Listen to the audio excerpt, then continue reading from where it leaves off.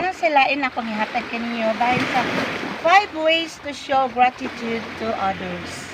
Number 1, remember Him.